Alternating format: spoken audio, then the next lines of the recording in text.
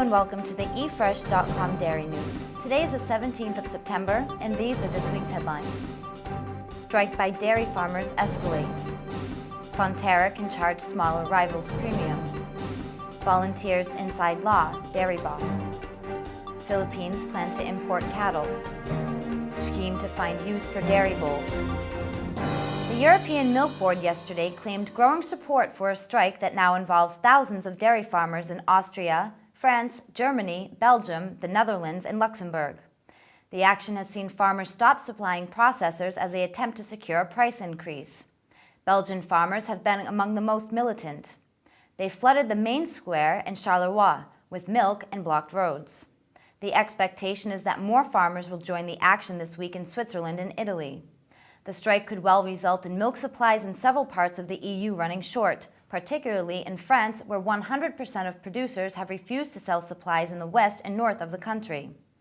The EMB wants the European Commission to scrap its plan to end production limiting dairy quotas in 2015. Agriculture Minister David Carter has given Fonterra a green light to charge its smaller rivals a 10-cent premium on each kilogram of milk solids from next season. Fonterra controls about 95% of the nation's milk production, which is about 15 billion liters, and the Labour government last year proposed placing limits on the 600 million liters of Fonterra's milk now going to rivals.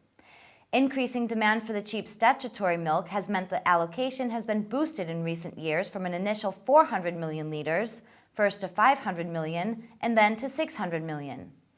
This access to raw milk under the Dairy Industry Restructuring Act was a key trade-off that Fonterra farmers made to avoid Commerce Commission scrutiny of the mega merger that set up their company. Open Country Dairy Chief Executive Mark Fankhauser in Wellington is confident the company will not be breaking laws if farmers help run its factory during this week's proposed strike. 40 workers seeking a collective contract through the Dairy Workers Union said they would strike for 8 days after negotiations broke down last week. A handful of farmers supplying milk to the company said that they would volunteer their services rather than see the factory falter during the peak of the season.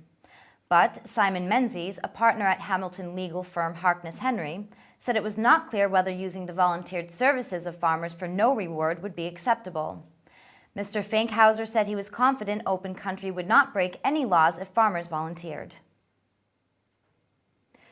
The Philippines plan to import about 9,000 dairy cattle in the next 2 years for the multi-year procurement program of the National Dairy Authority.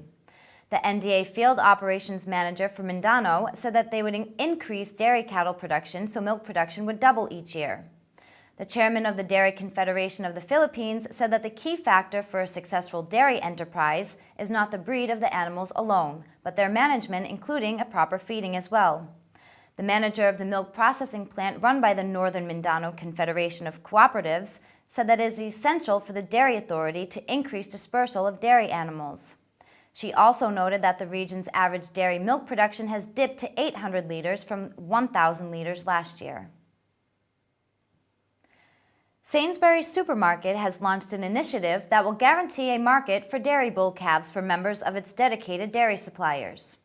All members of the Sainsbury Dairy Development Group will be offered the scheme on a voluntary basis following an agreement with Anglo beef processors and Farm Right. The scheme will see that bull calves integrated into the food supply chain through ABP, with dairy farmers receiving a guaranteed price for the calves. It will be overseen by Sainsbury's contracted vets and will offer on-farm collection as well as movements through DEFRA-approved collection centers. The arrangement also ties in with the firm's decision to stop selling Dutch veal and to meet demand through producing British veal from dairy bull calves sourced through the group. Thank you for watching the eFresh.com Dairy News. See you next time.